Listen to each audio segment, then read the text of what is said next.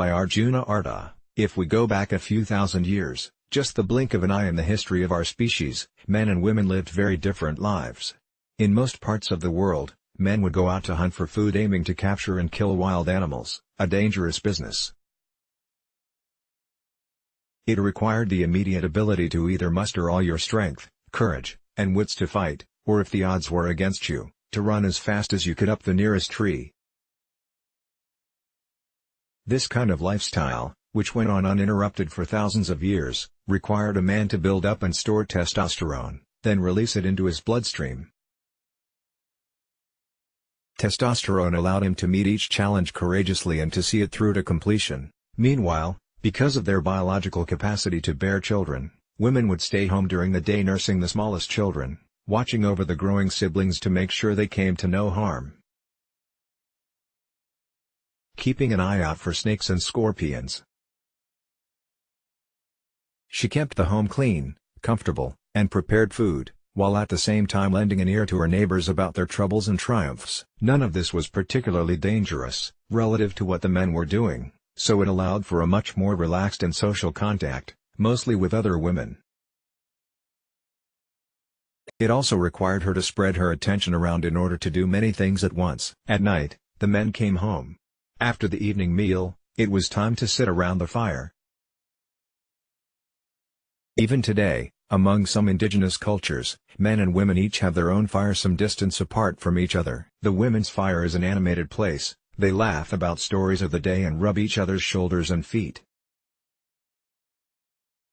They bond by connecting with each other in a relaxed way, without any agenda, thereby releasing the stress of having so many things to do simultaneously during the day. The woman gets replenished and then has more love to give to her family and community the next day. The men's fire is a very different scene. A man sits or squats, staring into the fire. There is relatively little talking, except perhaps one man telling the story of great feats of heroes from the past while the other men silently listen. He might sharpen his tools or simply stare blankly into the fire. He is not doing anything but is also not sleeping. This combination of stillness, listening, and alertness, is what is required for him to come back to a feeling of centeredness, reconnection with himself, and a restored capacity to meet the challenges of his life with focus. For thousands of years, women have come back to themselves, returning to love and feeling comfortable within their own skin through connection with other women. They do so through caring, listening, sharing, talking, laughing and giving friendly reassuring touches. Men have come back to themselves, returning to centeredness, through silence, stillness, and spaciousness either in solitude or a fairly structured way of being with other men.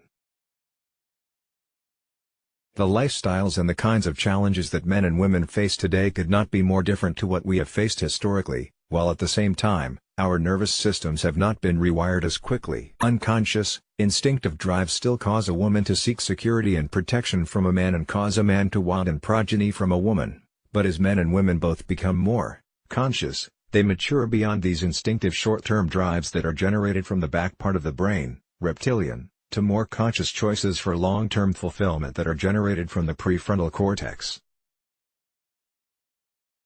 Today, both men and women want to experience a multi-dimensional fulfilled life, they both want to have interesting jobs and careers, they both want to create long-term satisfying relationships, they both want to create and participate in a happy family life, they both want great, and they both want to experience balance and well-being. A man today does not want to be restricted to going out and facing dangerous challenges during the day and then staring into a fire at night. He has claimed his right to participate more in family life. Modern man wants to be there for the birth of his children, and he wants to be there as a engaged father, involved in birthdays and sports events, school plays, and field trips. He wants to be a part of making the home beautiful and preparing and cooking great food. He is choosing, consciously, to expand into living all parts of himself. We see the same shift even in his emotional and youthful life. Only a few decades back, most men experienced romantic feelings and the need to bond emotionally primarily during the courtship phase. This is when he had a challenge, a mission to accomplish. Men might write poetry, give roses, and feel deeply romantic feelings, up until when his prize was secure, he had slipped the ring onto her finger, and soon after gotten her pregnant. Afterwards, his romantic feelings would often quickly diminish. Once the challenge of the situation had passed, he would frequently get interested in other women and have affairs, secretly or overtly, to again stimulate his love of the challenge. The conscious man recognizes that these hypermasculine behaviors, despite the fact that they have been time-tested over such a long period, do not give him everything he longs for. Today, men marry for love and aspire to create lasting and fulfilling relationships. In addition, more men today are choosing monogamy as a value, not as a moral dictate. Many men in the past used to get married for convenience. Our literature is littered with stories of a man who had romantic feelings for one woman but finally had to marry another chosen by his parents for financial and social reasons. Nowadays, this hardly happens at all anymore. Even in India, the world center of the arranged marriage, more and more young people want to marry for love. While all this represents fantastic new freedoms for men, to be able to explore and live into all parts of himself and to feel fulfillment in a multi-dimensional way, it also presents significant new challenges. Let's block ads. Why?